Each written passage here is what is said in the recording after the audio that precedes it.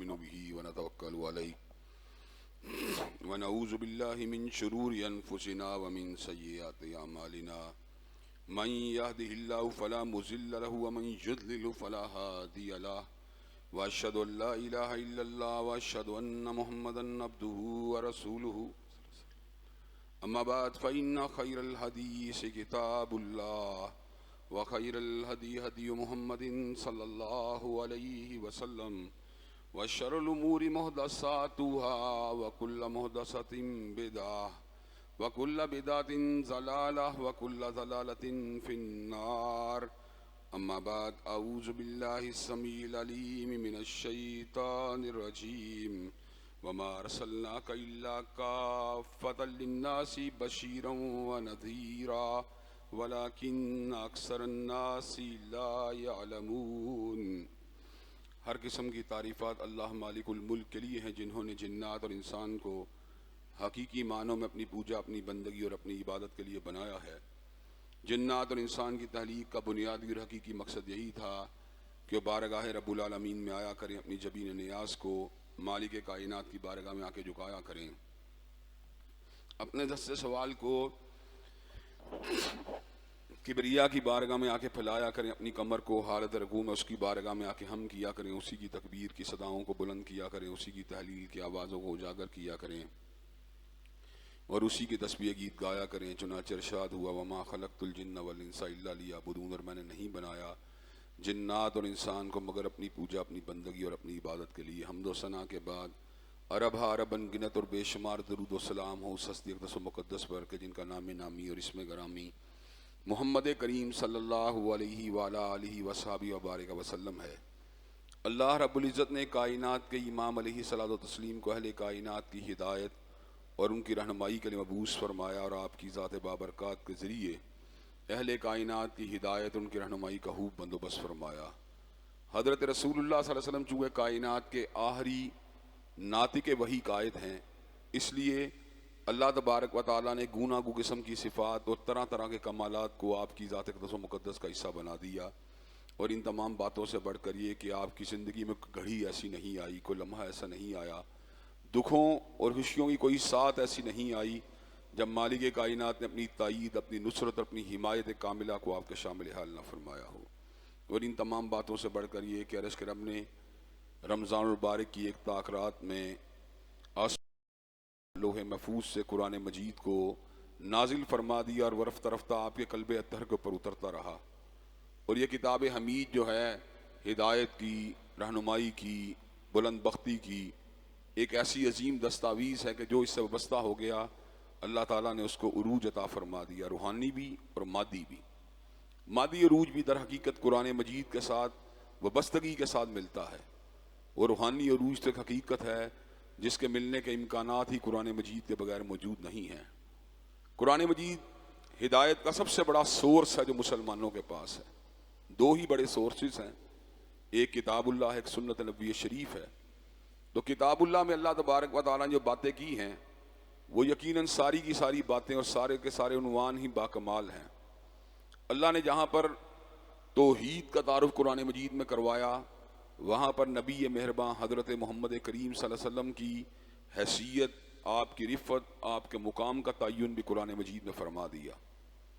اللہ تعالیٰ نے اصل میں تو انسان کو اپنی بندگی اور اپنی عبادت کے لیے پیدا کیا تھا، لیکن کچھ لوگ ایسے تھے جو اس مقصد کے اوپر پورے اترے، اور لوگوں کی بڑی تعداد اس مقصد سے دور رہی. اس حد تک دور ہوئی کہ اولئک کالانعام بل ھم اضل، وہ چوپایوں کی مانند ہو گئی. لیکن کچھ لوگ ایسے بھی گزرے جنہوں نے للہ فی اللہ زندگی گزاری، اللہ کے لیے اور اللہ تبارک و تعالیٰ کے احکامات میں گم ہو کر زندگی گزاری. یہ لوگ تھے اصل میں جو زمین کا زیور ہیں، زمین کی چمک و دھمک ہیں. یہی وہ لوگ ہیں جو اللہ تبارک و تعالیٰ کے فضل و کرم سے اللہ تبارک و تعالیٰ کے چنے ہوئے لوگ ہیں. اللہ کے چنے ہوئے لوگوں میں صلحاء، شہداء، اسی طرح صدیقین اور انبیاء، رسول اللہ شامل ہیں. جہاں تک تعلق ہے رسولوں کی بات کا، تو ان کا یہ مقام ہے، ان کی یہ شان ہے کہ اللہ نے ان سے کلام کیا. یہ بہت بڑی بات ہے کہ اللہ تبارک و تعالیٰ اپنی مخلوق میں سے کسی کے ساتھ کلام کریں. چنانچہ اللہ تبارک و تعالیٰ نے انبیاء رسول اللہ کے ساتھ کلام کیا، اور ان کلام کرنے والی شخصیات کے اوپر ایمان لانا اور ان کی رسالت اللہ کو تسلیم کرنا، یہ ہم سب کی ذمہ داری ہے۔ اللہ تعالیٰ نے قرآن مجید میں اعلان فرمایا لا نفرق بین احد من رسلہ، کہ جہاں تک تعلق ہے اس بات کا کہ رسولوں کے اوپر ایمان لانا تو سب کے اوپر لانا ہوگا، اور جہاں تک تعلق ہے درجوں کی بات کا تلک الرسل فضلنا بعضهم علی بعض، تو کسی رسول کا درجہ اونچا ہے، کسی کا ان کے مقابلے کے اوپر مزید اونچا ہے، کسی کا درجہ ان کے مقابلے مزید اونچا ہے۔ یہ درجات کی ایک لڑی ہے کہ کسی کو اللہ نے کچھ درجہ عطا فرما دیا، کسی کو کچھ درجہ عطا فرما دیا۔ درجات کے اندر تو تفاوت ہے، فرق ہے، لیکن ایمان سب کے اوپر لانا ہوگا۔ جو بندہ کسی ایک رسول کا انکار کرتا ہے در حقیقت وہ سب رسول اللہ کا انکار کرتا ہے۔ اللہ تبارک و تعالیٰ نے سورۃ شعراء میں اس حقیقت کو واضح فرما دیا، کذبت قوم نوح المرسلین، قوم نوح نے رسولوں کو جھٹلا دیا، حالانکہ وہ سیدنا نوح علیہ السلام کو جھٹلا رہے تھے۔ کذبت عاد المرسلین، عادیوں نے سب رسولوں کو جھٹلا دیا، حالانکہ وہ تو سیدنا ہود کو جھٹلا رہے تھے۔ کذبت ثمود المرسلین، سمودیوں نے سب رسولوں کو جھٹلا دیا، حالانکہ وہ تو صالح علیہ السلام کو جھٹلا رہے تھے۔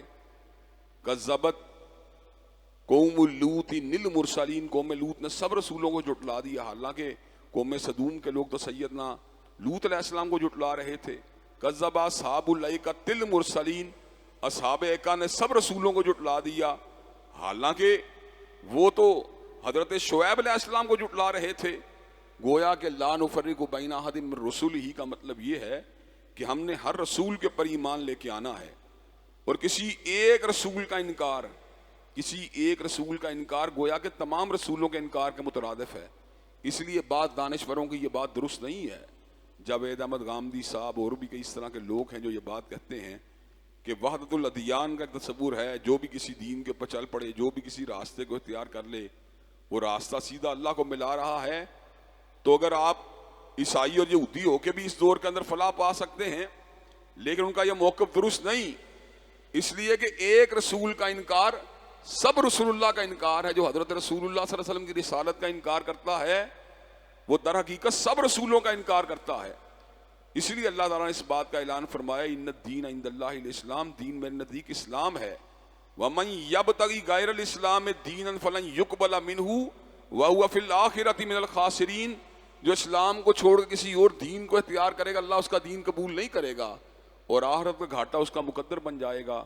چنانچہ حضرات گرامی قدر ہمیں تمام رسولوں کے اوپر ایمان لانا ہے، لیکن جہاں تک تعلق ہے درجات کی بات کا، تو کسی رسول کا درجہ بلند ہے، کسی کا اس سے بھی بلند ہے، کسی کا اس سے بھی بلند ہے۔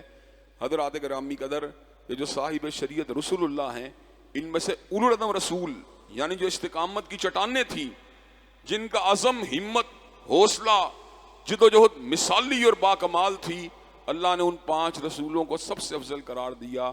حضرت نوح علیہ السلام، حضرت ابراہیم علیہ السلام، حضرت موسیٰ علیہ السلام، حضرت عیسیٰ علیہ السلام اور حضرت رسول اللہ صلی اللہ علیہ وسلم کی ذات اقدس، یہ 5 اولو العزم رسول ہیں جن کا درجہ جمیع رسول اللہ کے اندر سے بلند ہے۔ ان کے درجے کا عالم یہ ہے کہ اللہ نے سورہ کہف میں یہاں تک یہ بات کہی فاصبر کما صبر اولو العزم من الرسل، حضرت رسول اللہ آپ کو بھی ویسے ہی صبر کرنا چاہیے جیسے سابقہ اولو العزم رسول صبر کرتے رہے، جیسے وہ خندہ پیشانی سے مشکلات کو برداشت کرتے رہے، ویسے ہی آپ کو بھی صبر کرنا چاہیے۔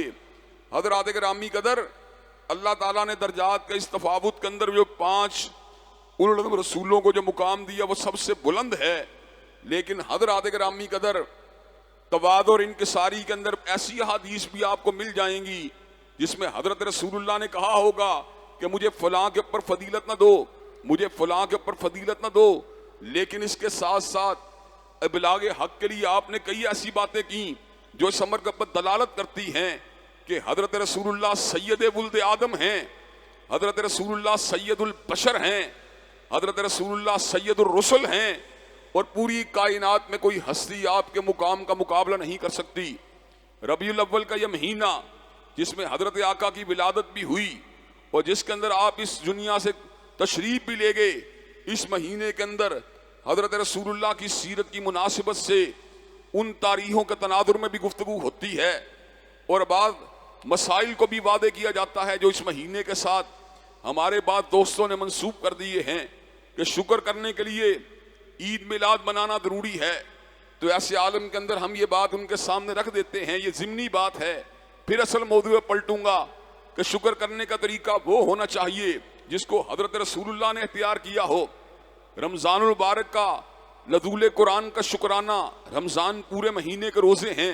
حضرات گرامی قدر، اب نزول قرآن کے شکرانے کے طور کے اوپر کوئی یہ بات کہے 30 دن عید مناؤ، کیا اس کی بات کو تسلیم کیا جائے گا؟ اس کی اس بات کو نہیں مانا جا سکتا۔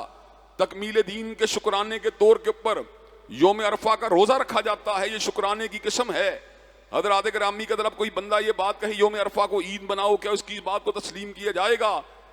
حضرت موسیٰ علیہ السلام کی نجات کی یاد کے طور کے پر یوم عاشور کا روزہ رکھا جاتا ہے۔ اب کوئی بندہ یہ بات کہے یوم عاشور کو عید کے دن کے طور کے پر مناؤ، کیا اس کی اس بات کو تسلیم کیا جائے گا؟ حضرات گرامی کا شکرانہ کبھی تو روزہ رکھنے کی شکل میں ہوتا ہے اور کبھی عید منانے کی شکل میں ہوتا ہے۔ عید تب منائی جاتی ہے جب کتاب و سنت سے وہ دن عید کا دن ہو، اور روزہ تب رکھا جاتا ہے جب کتاب و سنت میں اس کا ذکر بطور روزہ ہو۔ حضرت رسول اللہ نے اپنے سالانہ یوم ولادت کو نہ تو عید کے دن کے طور پہ منایا، نہ آپ نے روزہ رکھ کے منایا۔ ہاں، آپ کی سیرت طیبہ سے یہ بات ہم کو معلوم ہوتی ہے کہ آپ ہر پیر کا روزہ رکھا کرتے تھے۔ آپ نے کہا میں پیر کے دن پیدا ہوا اور پیر کا روزہ رکھتا ہوں۔ حضرات گرامی قدر، حضرت رسول اللہ نے اگر یوم ولادت سے نسبت کی شکرانے کی تو ہفتہ وار روزہ رکھے گی۔ اب اگر کوئی بندہ اس ہفتہ وار روزے کی بجائے یہ بات کہے میں نے سالانہ عید منانی ہے، تو اس کے اس موقف کو اس لیے درست قرار نہیں دیا جائے گا کہ وہ اپنی دانشمت شکرانہ کر رہا ہے، لیکن اس شکرانے کے طریقے کی دلیل کتاب و سنت کے اندر موجود نہیں ہے۔ چنانچہ نعمتوں کے پر شکر کرنا، اس میں کوئی اختلاف کی بات نہیں۔ بات یہ ہے شریعت وہ ہے جو اللہ کے قرآن میں موجود ہو یا پیغمبر زماں حضرت محمد کریم صلی اللہ علیہ وسلم کے ارشادات عالیہ میں موجود ہو۔ اگر اس کا ثبوت ان دو جگہوں سے نہیں ملتا تو شریعت سادی کا اختیار نہ مجھ کو ہے، نہ علماء اہل سنت کو ہے، نہ علماء اہل حدیث کو ہے، نہ حضرت شاہ ولی اللہ کو ہے، نہ ابن کثیر کو ہے، نہ ابن تیمیہ کو ہے، نہ ابن قیم کو ہے، نہ ائمہ اربعہ کو ہے، نہ محدثین کو ہے، نہ صحابہ کرام کو ہے۔ شریعت آسماں کی بلندیوں سے آتی ہے اور حضرت رسول اللہ کے لوحہ مبارکہ سے نکلتی ہے۔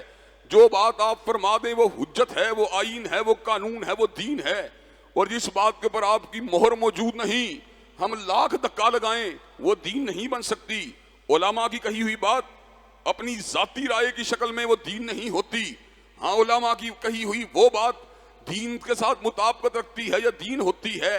جو وہ اللہ اور اس کے رسول کی جب بات کریں، اگر میں قرآن مجید کی کسی آیت کو آپ کے سامنے رکھوں یا کسی حدیث طیبہ کو آپ کے سامنے رکھوں، یہ تو دین کی بات ہوئی، اور اگر میں ان کی روشنی میں کوئی بات کر کے آپ کو بتلاؤں تو حضرات گرامی قدر اس بات کی نسبت دین کے ساتھ ہوئی۔ لیکن اگر میں کتاب اللہ کے صریحاً خلاف کوئی بات کروں اور سنت رسول اللہ کے صریحاً کوئی بات خلاف کروں اور پھر اصرار کروں اس کو دین مانا جائے، وہ دین نہیں بن سکتی۔ حضرات گرامی قدر، میری تو حقیقت کچھ بھی نہیں ہے۔ حضرات گرامی قدر، عظیم امام، احناف کے سب سے بڑے امام حضرت امام ابو حنیفہ نے کہا تھا، حرام علی من لم یعرف دلیلنا، حرام علی من لم یعرف دلیلنا ان یفتی بقولنا۔ جس شخص کو میری دلیل کا علم نہیں، جس شخص کو ہماری دلیل کا علم نہیں، اس پہ حرام ہے کہ ہمارے قول کی روشنی میں فتوا دے۔ اس کا مطلب یہ ہے کہ حضرت امام ابو حنیفہ رحمۃ اللہ علیہ نے اس بات کو واضح کر دیا کہ قول ابو حنیفہ دلیل نہیں، بلکہ ابو حنیفہ رحمۃ اللہ علیہ جس دلیل کی بنیاد کے اوپر بات کر رہے ہیں، اس دلیل کے اوپر آپ اپنے مسئلے کی انحصار یا اس کی بنیاد کو رکھیں گے۔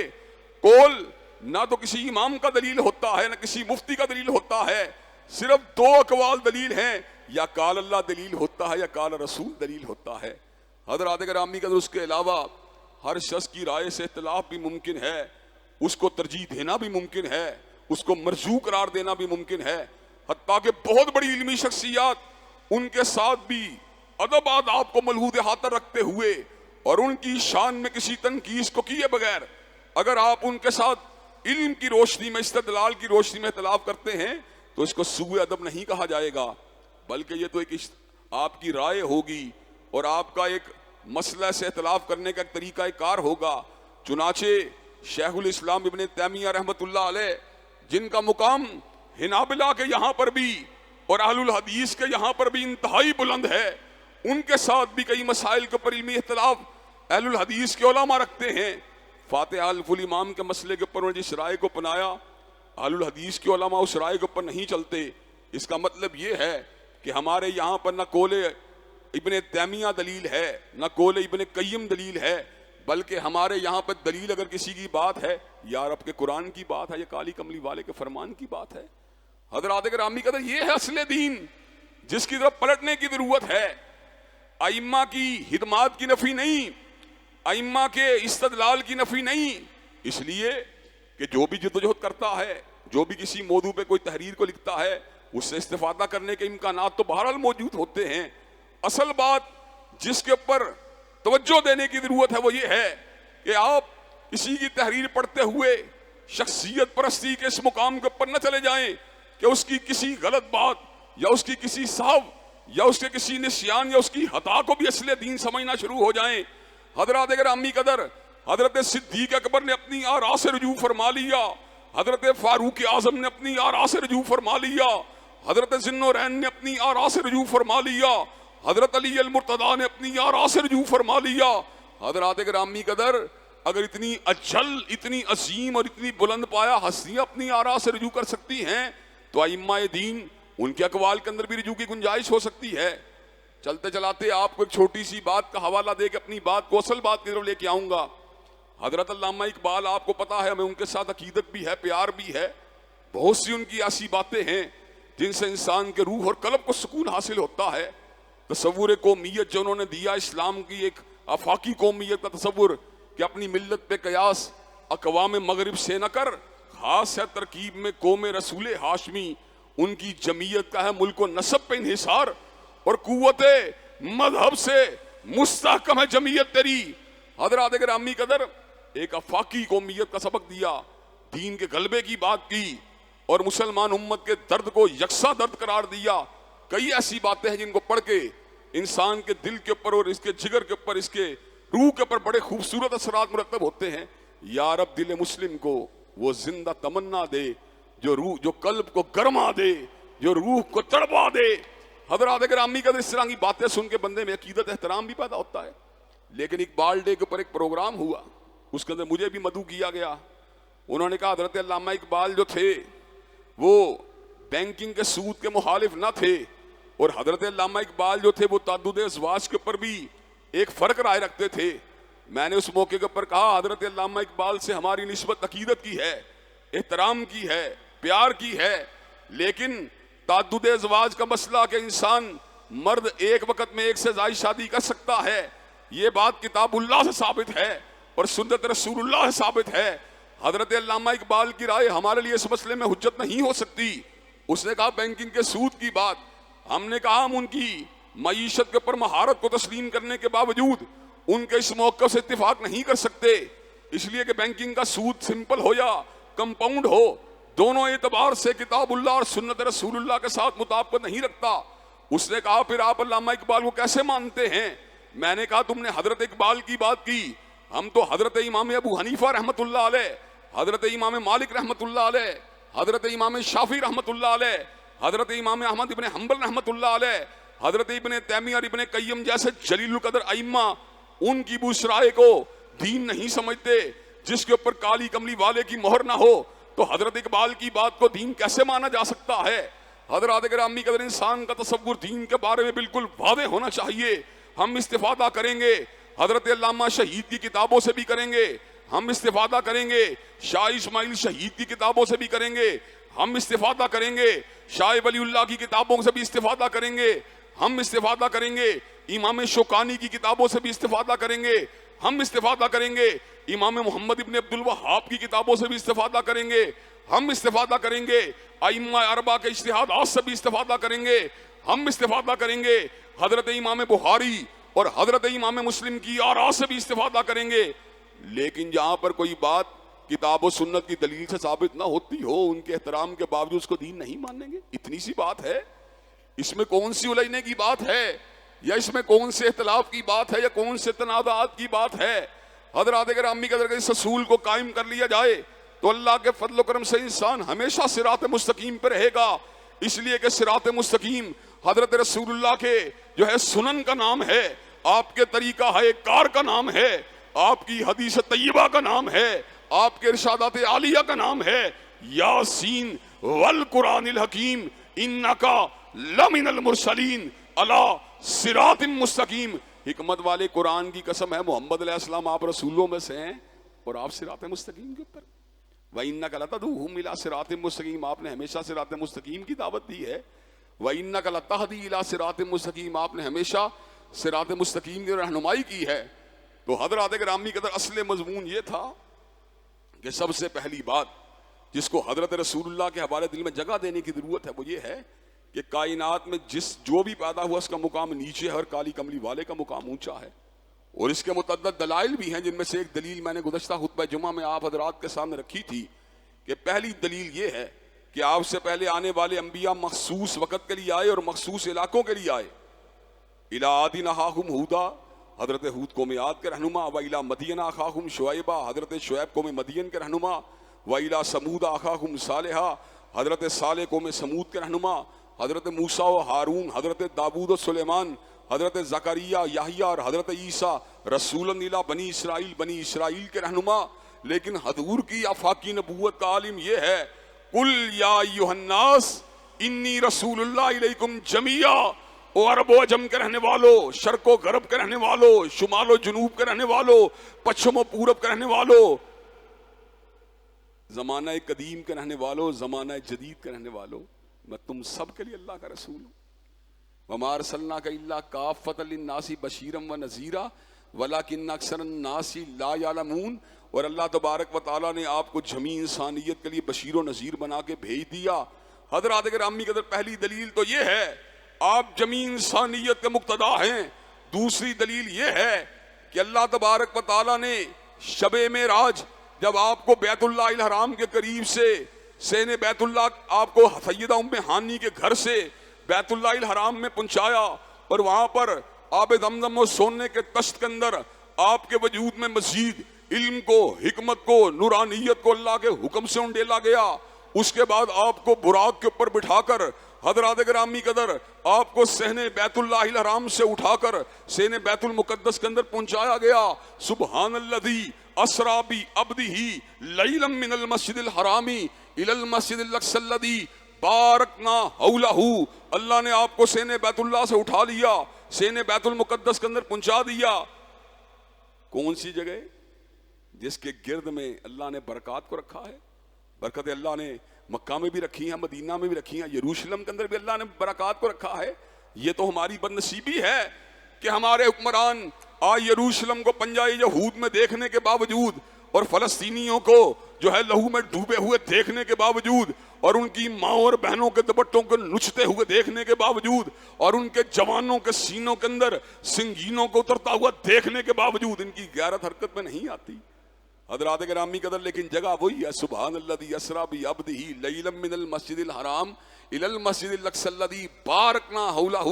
اللہ نے آپ کو صحن بیت اللہ سے اٹھا کر صحن بیت المقدس کے اندر پہنچا دیا، اور حضرات گرامی قدر صحن بیت المقدس میں جہاں پر اللہ تبارک و تعالیٰ نے آپ کو برکت والی جگہوں کے اندر پہنچا دیا، وہاں پر اللہ تبارک و تعالیٰ نے سابقہ رسول اللہ کو وہ آپ کی امامت میں جمع فرما دیا اور لوگوں کو سمجھا دیا یہ آنے والوں کا امام بن کے نہیں آیا بلکہ جانے والوں کا بھی امام ہے۔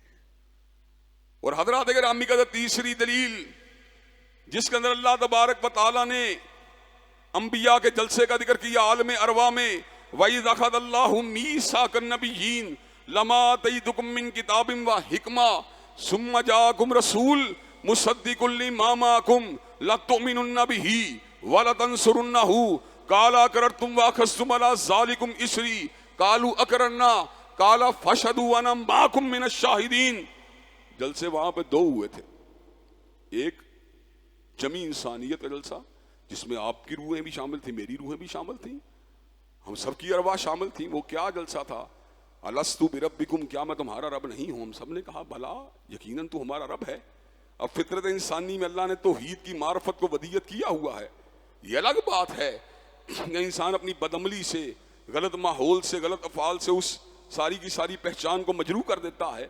دوسرا جلسہ جس میں وی آئی پی لوگ موجود تھے، یعنی انبیاء رسول اللہ کا جلسہ. اس جلسے میں اللہ تبارک و تعالیٰ نے انبیاء کو مخاطب ہو کے کہا میں تم سب کو نبوت دینے والا ہوں، رسالت دینے والا ہوں، لیکن اگر تمہاری زندگیوں میں عبداللہ کے لہتے جگر آ جائیں، آمینہ کے نور نظر آ جائیں، تو پھر تم نے اپنی امامت کو نہیں منوانا بلکہ ان کی امامت کے جھنڈے کو اٹھانا ہے، ان کی تصدیق کرنی ہے، ان کے اوپر ایمان لے کے آنا ہے. حضرات گرامی قدر، اسی وعدے کو جو اللہ نے عالم ارواح میں لیا تھا اس کو اللہ نے دنیا کے اندر بھی ایک اور انداز میں پورا کیا. حضرت رسول اللہ تو پوری کی پوری زندگی سابقہ کتابوں کی تصدیق فرماتے رہے، سابقہ انبیاء کی تصدیق فرماتے رہے. اللہ نے سیدنا عیسیٰ کو قرب قیامت میں نازل فرما کر آپ کی تصدیق کروا دی ان سے، اور اس بات کو ثابت کر دینا ہے کہ جہاں حضرت رسول اللہ کی رسالت آ جائے وہاں پر کسی نبی کی رسالت نہیں چل سکتی، وہاں پر کسی کی نبی کی نبوت نہیں چل سکتی. اور پھر یہی ہوگا، کیا حضرت عیسیٰ اپنی شریعت کی دعوت دیں گے؟ کیا حضرت عیسیٰ علیہ السلام اپنی نسبت کا اظہار کرنے کا اعلان کریں گے؟ نہیں. مرزا غلام احمد قادیانی دجال اپنے آپ کو حضرت عیسیٰ ابن مریم کے ساتھ شبیہ دے کر، اور ہندوؤں کا تصور جو ہے دوسرے جنم کا، اس دوسرے جنم کی بکواسیات کر کے مسلمانوں کو راہ ہدایت سے ہٹانے کی بات کرتا ہے. حضرت قاضی سلمان منصور پوری نے اس کے ارادوں کو دیکھ کر، اس کے عزائم کو دیکھ کر، اس کی بکواسیات کو دیکھ کر، اس کے لٹریچر کو دیکھ کے کہا تھا حضرت عیسیٰ علیہ السلام تو مقام الروحہ سے حج یا عمرہ یا دونوں کا احرام باندھیں گے. گویا کہ حدیث سے ثابت ہوا حج تمتع کا احرام باندھیں گے. مرزا ملعون اس کے بعد 10 سال زندہ رہا. حضرت قاضی سلمان منصور پوری نے اس بات کو لکھ دیا. مرزا کا لٹریچر اس بات کو ثابت کرتا ہے مرزا بیت اللہ کی زیارت نہیں کر سکتا، مرزا مسجد نبوی شریف کی زیارت نہیں کر سکتا. حضرت عیسیٰ علیہ السلام تو مقام الروحہ سے حج عمرہ یا حج تمتع کا احرام باندھ کر حضرات گرامی قدر حج کے فریضے کو انجام دیں گے، اور آپ جو ہیں وہاں پر سرزمین حجاز میں جو ہیں وفات پا کر مسجد نبوی شریف میں حضرت رسول اللہ کے پہلو مبارک میں دفن ہوں گے. لیکن مرزا جو تھا وہ مکہ کی زیارت نہیں کر سکا، مدینہ طیبہ کی زیارت نہیں کر سکا. حضرات گرامی قدر حضرت رسول اللہ کو اللہ نے عالم ارواح میں یہ مقام بلند عطا فرما دیا کہ اللہ تبارک و تعالیٰ نے آپ کو، آپ کی ذات اقدس کو انبیاء کے سامنے بطور حوالہ پیش فرما دیا کہ تمہیں رسالت و نبوت تو ملے گی، لیکن اگر تمہارے ہوتے ہوئے عبداللہ کا لہتے جگر آ جائے اور تمہارے ہوتے ہوئے آمنہ کا نور نظر آ جائے تو تم نے اپنی رسالت و امامت و قیادت کی بات نہیں کرنی، بلکہ قیادت اگر چلے گی تو سیدنا مصطفیٰ کی چلے گی. حضرات گرامی کا یہی وجہ ہے کہ وہ نمازیں جو سیدنا عیسیٰ علیہ السلام ادا فرمائیں گے، ان نمازوں میں ایسی نمازیں بھی شامل ہوں گی جب امت محمدیہ کے حضرت امام مہدی جو ہے مصلی امامت پہ کھڑے ہوں گے اور حضرت عیسیٰ علیہ السلام پیچھے کھڑے ہوں گے، تاکہ لوگوں کو سمجھا دیا جائے کہ آپ کی دنیا میں تشریف آوری کے بعد، سیدنا روح اللہ کی دوبارہ کائنات میں آمد کے بعد، اور آیت من آیات اللہ کے کائنات میں جلوہ افروز ہو جانے کے بعد، اور روح من روح اللہ کے کائنات میں آ جانے کے بعد، حضرات گرامی قدر امامت و قیادت اگر چلے گی تو سیدنا مصطفیٰ کی چلے گی. حضرات گرامی قدر چوتھی بات جس سے حضرت رسول اللہ صلی اللہ علیہ وسلم کی جو ہے آپ کی فضیلت باقی انبیاء پہ ثابت ہوتی ہے وہ یہ ہے کہ اللہ تبارک و تعالیٰ نے آپ کی ذات اقدس کے اوپر رسالت و نبوت کو تمام کر دیا. آپ کے اوپر تمام کر دیا. تمام کا مطلب یہ ہوتا ہے ایک تو آپ کے بعد نبی کوئی نہیں آئے گا، دوسری بات ہے آپ پر رسالت اینڈ ہو گئی. ایک اینڈ کا اور مطلب بھی ہوتا ہے کہ اینڈ ہو گئی، یعنی اب اس سے اوپر کچھ بھی نہیں ہو سکتا. حضرات گرامی قدر اس سے حضرت رسول اللہ کی فضیلت بھی ثابت ہوتی ہے کہ تمام تشنگیاں دور ہو گئیں، تمام باتیں ختم ہو گئیں. اب حضور کے آ جانے کے بعد کسی تشنگی کے باقی رہنے کے کوئی امکانات موجود نہیں. عقیدے کا معاملہ ہو یا عبادات کا معاملہ ہو یا معاملات کی بات ہو یا اخلاقیات کی بات ہو، حضور علیہ السلام کی ہر بات حجت و دلیل ہے. اور آج آپ کو یہ بات سمجھا دینا چاہتا ہوں، جو عقیدہ ختم نبوت کو نہیں مانتے، جو حضرت رسول اللہ کو آخری نبی نہیں مانتے، جو آپ کو آخری ناطق وحی قائد نہیں مانتے، جو آپ کو آخری ناطق وحی راہبر نہیں مانتے، وہ آپ کی فضیلت کلی کے قائل بھی کبھی بھی نہیں ہو سکتے. کہنے کو تو یہ بات کہتے ہیں ما کان محمد ابا احد من رجالکم ولکن رسول اللہ و خاتم النبیین. ختم نبوت سے مراد حضرت رسول اللہ کی عظمت ہے جو باقی انبیاء پہ ان کو حاصل ہے. یہاں پر وہ آپ کو آخری نبی ماننے کی بجائے آپ کی فضیلت کا ذکر کرتے ہیں. لیکن جب آپ نے خاتم النبیین نہیں مانا، جب آپ نے ان کو آخری نبی نہیں ماننا، تو آپ ان کی فضیلت کو بھی نہیں مان سکتے۔ حضرات گرامی کہتے یہی وجہ ہے مرزائی لٹریچر کا مطالعہ کرنے کے بعد یہ بات ثابت ہوتی ہے، پہلے انہوں نے مردے کو مہدی مانا، پھر مردے کو مثل مسیح مانا، پھر مردے کو مسیح موعود مانا، پھر مردے کو مثل محمد مانا، پھر مردے کو محمد علیہ السلام کا دوسرا جنم مانا، اور آخری انتہا یہ ہے کہ مردے کو حضرت رسول اللہ سے افضل مانا۔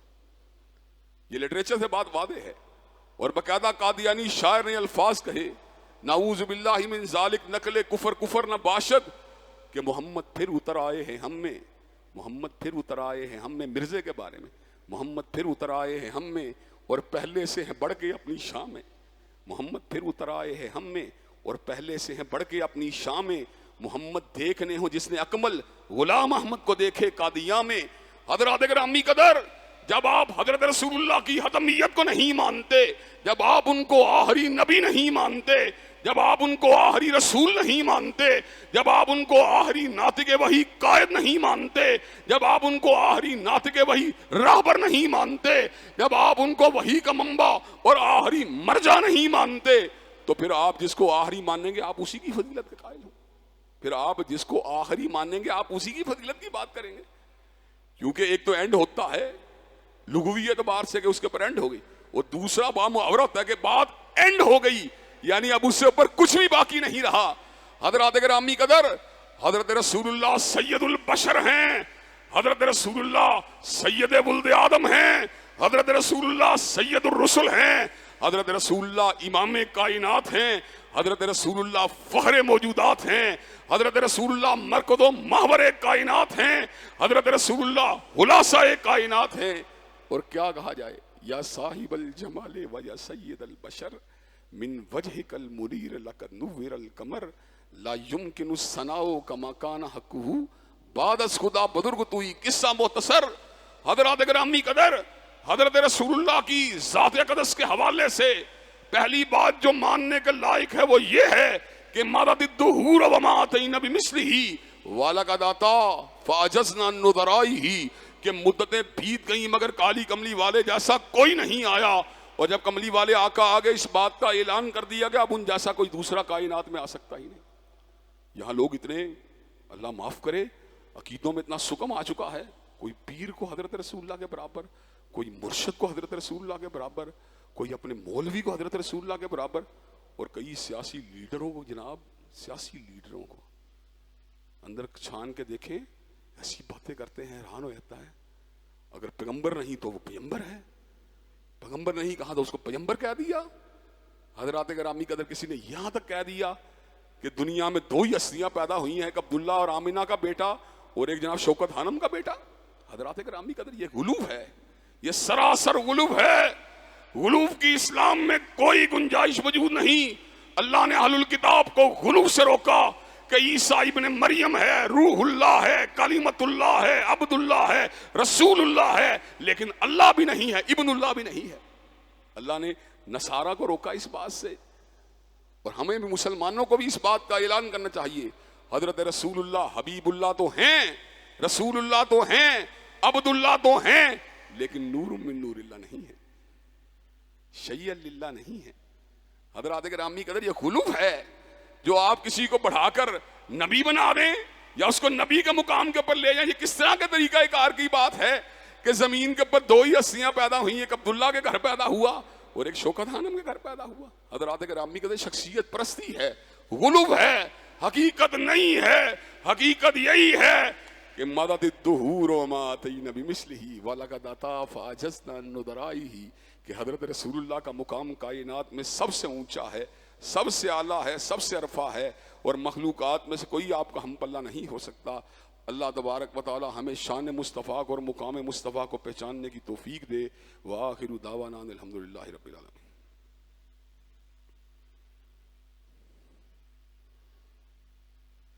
الحمدللہ نحمدہ ونستعینہ ونستغفرہ ونؤمن بہ ونتوکل علیہ ونعوذ باللہ من شرور انفسنا ومن سیئات اعمالنا، من يهده فلا مضل له ومن يضلل فلا هادي له واشهد ان لا اله الا الله واشهد ان محمدا عبده ورسوله.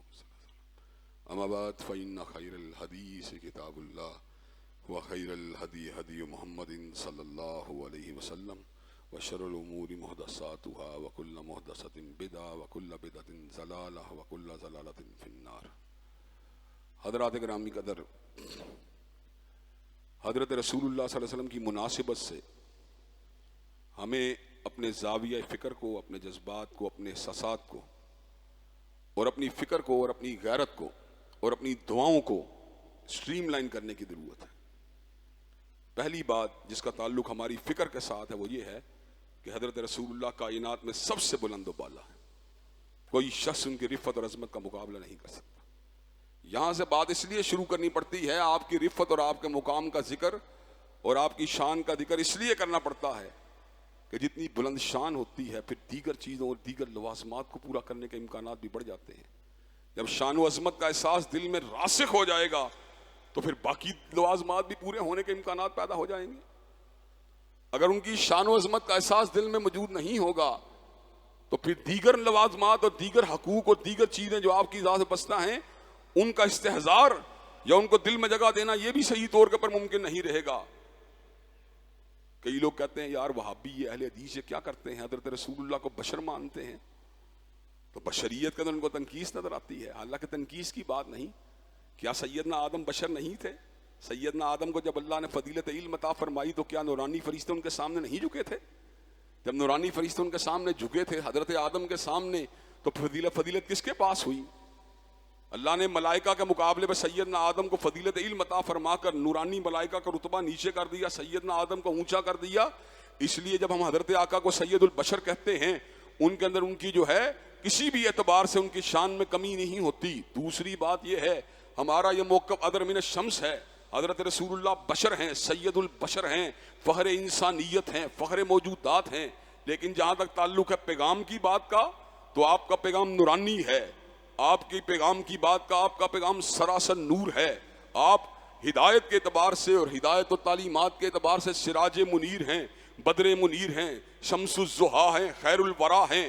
حضرات گرامی قدر حضرت رسول اللہ صلی اللہ علیہ وسلم کا پیغام نورانی ہے، سیرت نورانی ہے، آپ کی احادیث نورانی ہیں، آپ کی سنت نورانی ہے.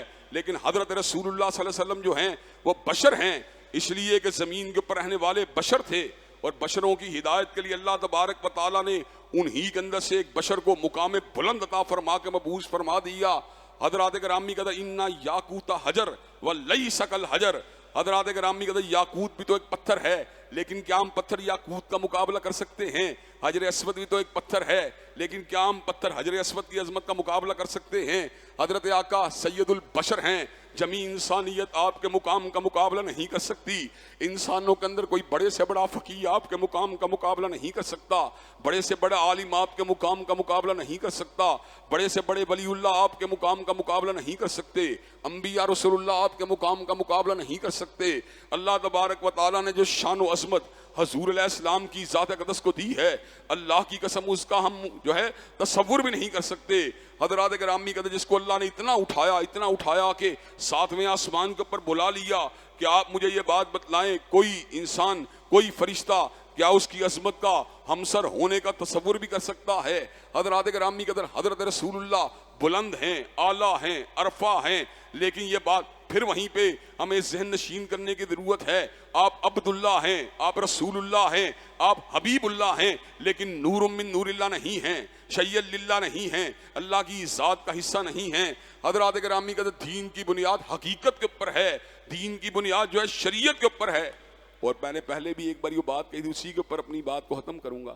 حضرت مولانا ظفر علی خان جب مدینہ طیبہ کی زیارت کے لیے گئے، جب آپ نے ان راستوں کو دیکھا جن راستوں کے اوپر سید ولد آدم اپنے قدم ہائے مبارکہ کو رکھا کرتے تھے، جب آپ نے اس مسجد کو دیکھا جہاں پہ حضرت آقا نمازوں کو ادا کیا کرتے تھے، جب آپ نے روضۃ من ریاض الجنہ کو دیکھا اور حضرت رسول اللہ کے ممبر مبارک کو دیکھا اور ان شاہراہوں کو دیکھا جنہوں نے حضرت رسول اللہ کے قدمین شریفین کو چوما تھا، تو حضرات گرامی کا دل کے اندر بڑے عجیب احساسات ہوئے.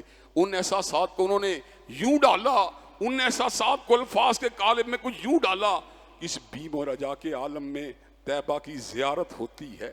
اس بیم و رجا کے عالم میں طیبہ کی زیارت ہوتی ہے. ایک طرف شریعت ہوتی ہے، ایک طرف محبت ہوتی ہے. کہا محبت میں کئی مرتبہ خیالات بہت زیادہ آنے شروع ہو جاتے ہیں، لیکن پھر شریعت جو ہے اس بات کا تقاضا کرتی ہے، جو بات شرع سے ثابت ہے اسی کے پر اکتفا کیا جائے. اس بیم و رجا کے عالم میں طیبہ کی زیارت ہوتی ہے، ایک طرف شریعت ہوتی ہے، ایک طرف محبت ہوتی ہے. حضرات گرامی قدر محبت اپنے پورے کمال اور انتہا کے اوپر بھی پہنچ جائے تو شریعت سے آگے نہیں نکل سکتی، اللہ کے اقوال سے آگے نہیں نکل سکتی، کلام اللہ کے فرمودات سے آگے نہیں نکل سکتی، سیدنا مصطفیٰ کی احادیث طیبہ سے آگے نہیں نکل سکتی. حضرات گرامی قدر حضرت آقا سید البشر ہیں، حضرت آقا فخر موجودات ہیں، حضرت آقا امام الاولین ہیں، حضرت آقا سید الاخرین ہیں، حضرت آقا خاتم النبیین ہیں، حضرت آقا صاحب لوائے حمد ہیں، حضرت آقا صاحب مقام محمود ہیں، حضرت آقا ساقی حوض کوثر ہیں، حضرت آقا شفیع المذنبین ہیں. اور حضرات گرامی قدر جمیع انسانیت میں کوئی آپ کی ہمسری کا تصور بھی نہیں کر سکتا.